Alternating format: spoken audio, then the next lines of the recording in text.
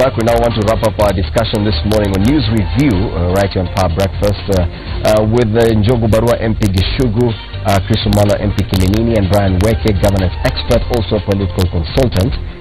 Now, we want to discuss the issue of independent candidates and how each of these major political formations has chosen to approach that particular issue. As far as we do understand, NASA has come out very categorical. We've heard from Raila Odinga, Kalonzo Musyoka, and now even Musalia Mudavadi saying that they will not campaign for independent candidates. In fact, the headline on page 29, on page 29 of the Daily Nation, this is a standard, on page 29 of the Daily Nation, I want to quote exactly how the headline reads. And this is as far as Musalia Mudavadi's stand on the independent candidates is concerned. Just a moment. That's page 29. It's a big newspaper. Yes, we have it here. Independents told to stop using NASA logo in posters. And that is by Musalia Mudavadi. On page 20 of the Standard, still quoting Musalia Mudavadi. It's actually illegal. Yes. Just telling them to keep off completely. Keep off, Musalia tells independents. Amani National Congress Party leader Musalia Mudavadi has chided independent candidates in Western region and warned them against using National Super Alliance symbols. In the meantime, Jubilee, and we can quote the Deputy President, he welcomed the independent candidates. Now, all these independent candidates, because they're not really independent, they're all they're either allied to NASA or Jubilee, and they all say they support either the re-election of President Uhuru Kenyatta or the election of Raila Odinga. They've come out clearly, but now the difference is just in how these parties are embracing or distancing themselves from the independent candidates. Which one do you think has gone the right way? Is it NASA by distancing themselves, or is it Jubilee by embracing the independent candidates? I think the question can never be which one has gone the right way or the wrong way. You have to look at merits and demerits of virtually everything. Now, you know, we missed the point. If you look at the Constitution, the reason why it provided for independence is because we had political parties which, in terms of philosophy, this is the thought process and this is the thought process. Then there is an independent person who does not align to any system. Now, if you look at jurisdictions like the US and the UK, you find an independent person is independent. Yes. So you cannot say that you are independent and you're Jubilee independent.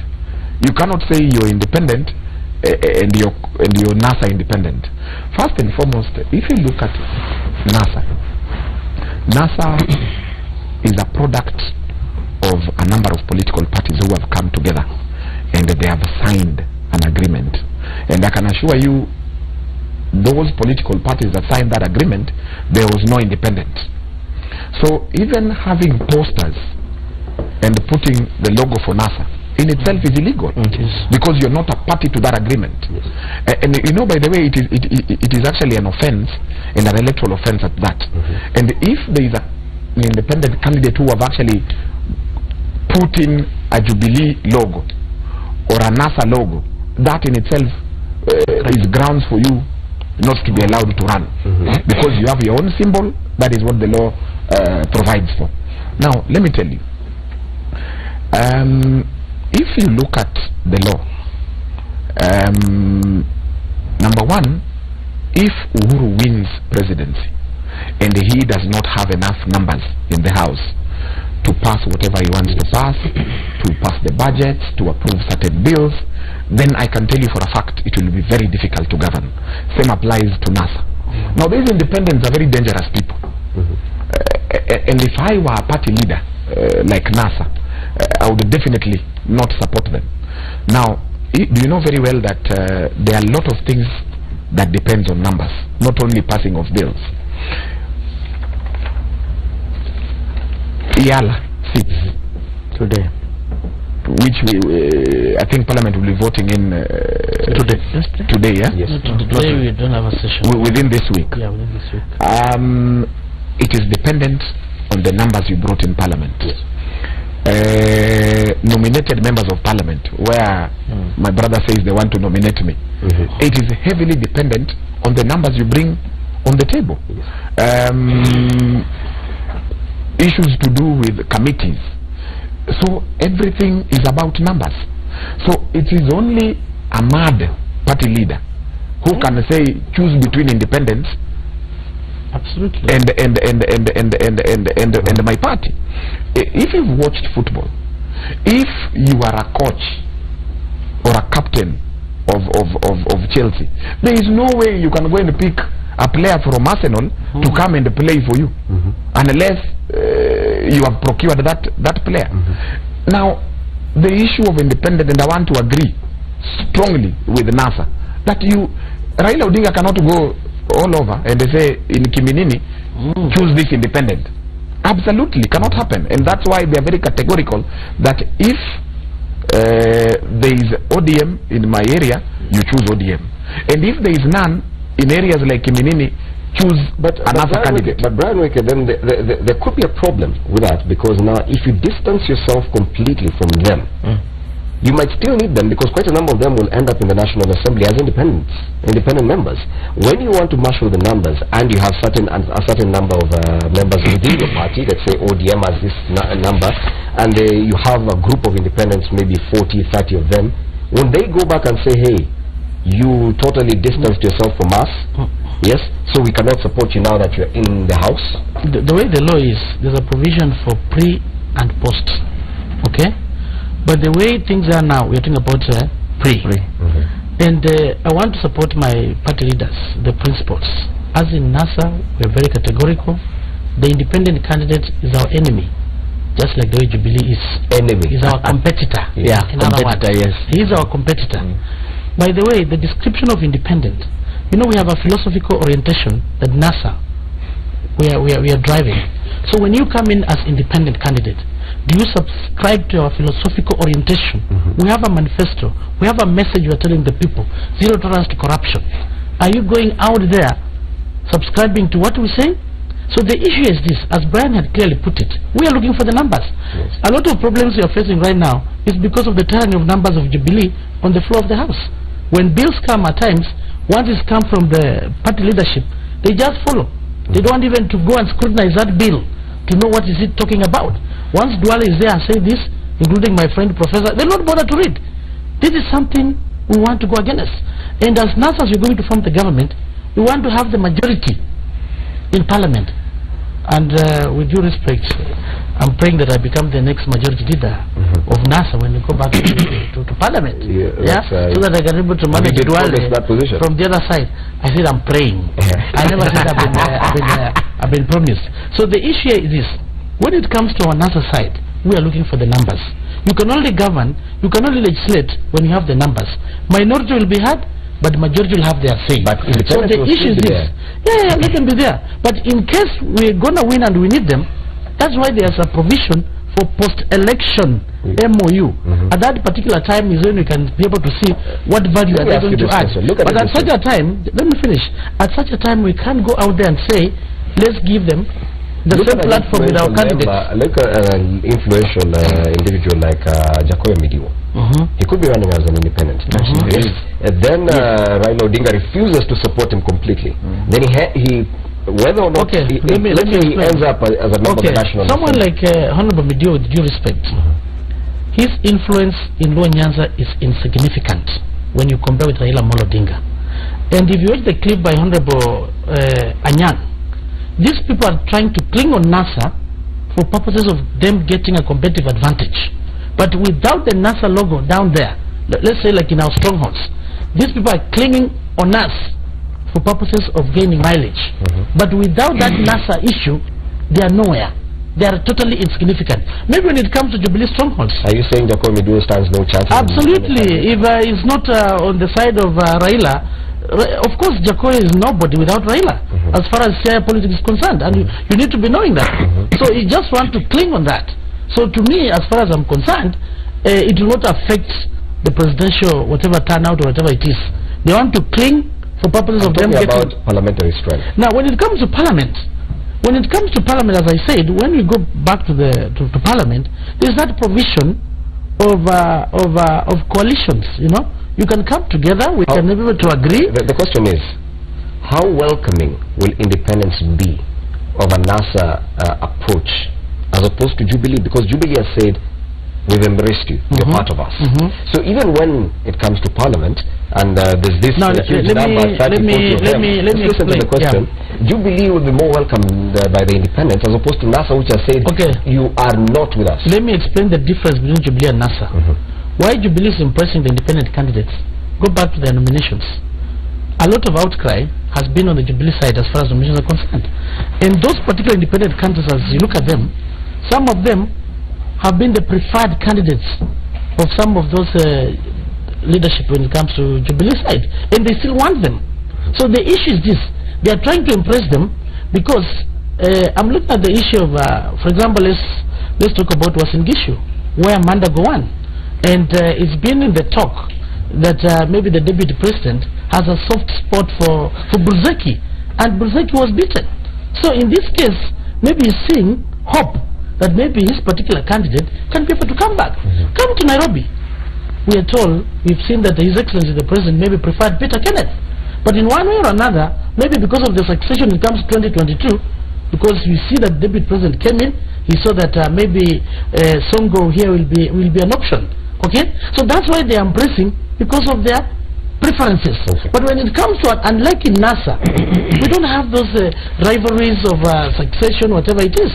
The nominations were done, and that's why it is clear in our strongholds. We are saying we want the candidates under NASA. We don't want independent. Because if you go there and propagate that narrative, you will be giving undue advantage to the independent candidate against your own candidate. And when it comes to parliament, we're going to have problems. So if that person wins in one way or another, we'll have a post-MOU with them. That's when you try to talk but for now, we are telling the Kenyans, as NASA, those independent candidates are our competitors, just like Jubilee. Please ignore them and vote for the people who are under the NASA. And we are telling them not to use our logo. They should not use our logo. It is actually an illegality. And if you go for today's pre-nomination conference, I think they're going to be told that you can only use the logo that has been submitted to IBC and it's been cleared that that's the logo we're going to use. But can they use your presidential candidate on their posters, for example? Our presidential candidates. Now that one is okay. If they want to use that they're going to support, that's not a big deal. That's not a big deal. Yes, Jubilee is looking at it differently. That they do not necessarily feel the need to distance themselves from the independents. Why is that? Or what is? How are they looking at it? I think first and foremost, I've heard the narrative from my friend Chris Omara here, who I respect so much, and he's actually talking from unconfirmed, what I can call in quote street talk, what every common person is talking in the street, is not adding value to this debate because it's not giving facts and figures. I also like to commend you for the way you introduced this thing, because you said the principals have already distanced themselves from the independents, and you said Raila has distanced himself from independence, Kalonzo Musyoka has distanced himself from independence, and also Mudavadi has done it. So all the three principals have done it. That confirms to me that the principals are three in NASA. The other two are just filler materials in terms of political space. The other issue is that the Constitution says that one can be independent if you are not a member of a political party at least 90 days before the day of the election, correct? So what happened, there's a mistake is by IBC when they set the date for the nominations. If they wanted to avoid this scenario, they would have put nominations within the 90 days. So if you lose, you don't go anywhere. So these guys who lost and are now independent, because I have to clarify that, because Chris is going to be on my neck because he thinks I lost. I didn't lose, but I'm not running. It's because if they could not have been independent right now. Let me finish. So there was that loophole. The other point is that when this agreement between the 7-7 from NASA and that time it was called at Jubilee, it was brought to Parliament, there was strict position from both principals. You cannot even change a comma. So that report was enacted as it is, and and is what you are using right now. So that possibility of mini independence is brought about by that thing which nobody foresaw, and it's happening now. The other thing is Jubilee has not said. The principals in Jubilee have not said they are going to support independent candidates. But they are not necessarily chastising them. The career is I gave Chance Chris a lot of time to talk. In fact, even Brian was getting a bit uneasy because he talked for too long. So you better give me a chance. What they are saying is they have nothing to fight for against the independence. What they are saying is that if you chose to be independent and you are cleared by IEBC, you are within your right to fight for a chance to go to Parliament, to go to the Senate, or become governor, or to go to the county assembly. So they are not necessarily fighting the independence. The other issue which must be acknowledged is that the big number of independent candidates is actually the Jubilee rumors. Is actually, this guy is just murmuring here.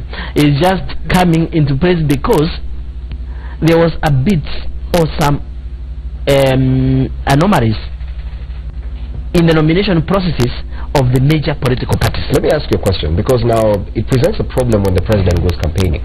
By failing to distance himself from the independent candidates, they feel close enough to him to actually attend his rallies. Yes. Let's say an example, maybe he goes to Nyeri, where quite a number of the parliamentary the current members of parliament did not get the Jubilee Party nomination. It's only one, Kanini Kega, I think. The rest, Kabando, Priscilla, Nyukabi, all these ones are going as independents. Yes? Now, let's say, for example, he goes to Nyeri to campaign. All these independent candidates there support his re-election as president. They will attend his rally. Yet, there are people who hold the Jubilee Party certificate as a party nominees. They feel that they're entitled to be on that podium with the president because he's their party leader. Let me just answer that. Let me help. I would have finished. Then brother, you come. No. Let me just because there's something fundamental that Fred has raised. Now, I can tell you for a fact, it is a matter of strategy. Jubilee has chosen. They have not said they're supporting independence. They are not. It is a strategy. But they're welcome. No, welcome. It is a strategy because the nominations were literally flawed, and people are quite bitter now. And Kenyans forget very quickly. Now Jubilee has a good strategy. They're saying no, we have no problem with independence. They're within the constitution. But let me tell you, Fred, wait until now the campaigns start. You will see, and I can tell you for a fact, not many independents are coming to parliament. Forget about it. My friend, when the machinery for Jubilee will roll in central Kenya, and if you look at the law, it is very clear that a member of a political party supporting somebody else who is not within their political party ceases to be a member of that political party. Now, when Uhuru Kenyatta jumpstarts the campaign, and let me not lie to you, you forget about those independents. He is going to be very categorical that if you're not wearing red and the Jubilee flag, you're not with us. Are we together? So you're saying the president will also adopt the same strategy. They've also let the cat out of the basket quite early. People are still not. People are still bruised. So as a matter of strategy, CORD should have just NASA should have again kept quiet. People let the wounds heal. Then now the machinery starts. Now let me give you this for a fact. You will not have, and you will remember me, more than 10 independents in that house. In Luo Nyanza, my friend, when Raila Odinga jumpstarts that machinery in Luo Nyanza, forget about it. No independent. And if you think Jako is popular, let him say he's supporting Uhuru Kenyatta for president. You see if he will deliver even 300 votes. He says he supports Raila. But you cannot be an independent, then you claim to be supporting. But the independents have no presidential candidate. You are given a chance in ODM, and you failed.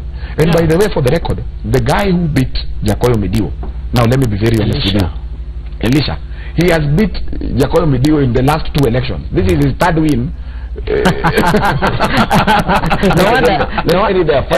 wonder Chris said that you are nothing. You are nothing without right and wrong answer. You are confirming that. So what I'm saying is that because I'm sure Brian has taken my time and decided because it was my space. What I'm saying is Uhuru Kenyatta is going to come to Central Province and go to every part of this country looking for each and every vote. In fact, our target is to get 19 million votes. But if we get 12, 13, we'll be fine. So when it comes to Central, what is going to Central Kenya, he is going to fight for his vote for the presidency, but every other candidate who is supporting Uhuru will be free to go to other rallies, their own respective rallies, and support the president. So what you are saying is that we have no real problem with somebody who is recognized by IBC from seeking political office. We are not going to undermine them, we are not going to fight them. But everybody must mobilize the votes, and that's our strategy as Jubilee for the presidency, because we have to understand. I want to tell our good supporters of NASA that those independent candidates, they are our competitors just like Jubilee. As NASA, please vote for the NASA family. If you're ODM, vote for that ODM candidate. With Ford Kenya, ANC, Wiper, and CCM. Do not be cheated. If you lost the nomination, please wait for another turn. As NASA, we cannot debate on this. Please vote for our NASA candidates, but ignore those independent candidates because they are as good as Jubilee candidates. I thank you. Finally, so the independents in that place can vote for Jubilee. In fact, let me say that the independents in that stronghold now should vote for Jubilee. Okay, you're not the moderator. Final words.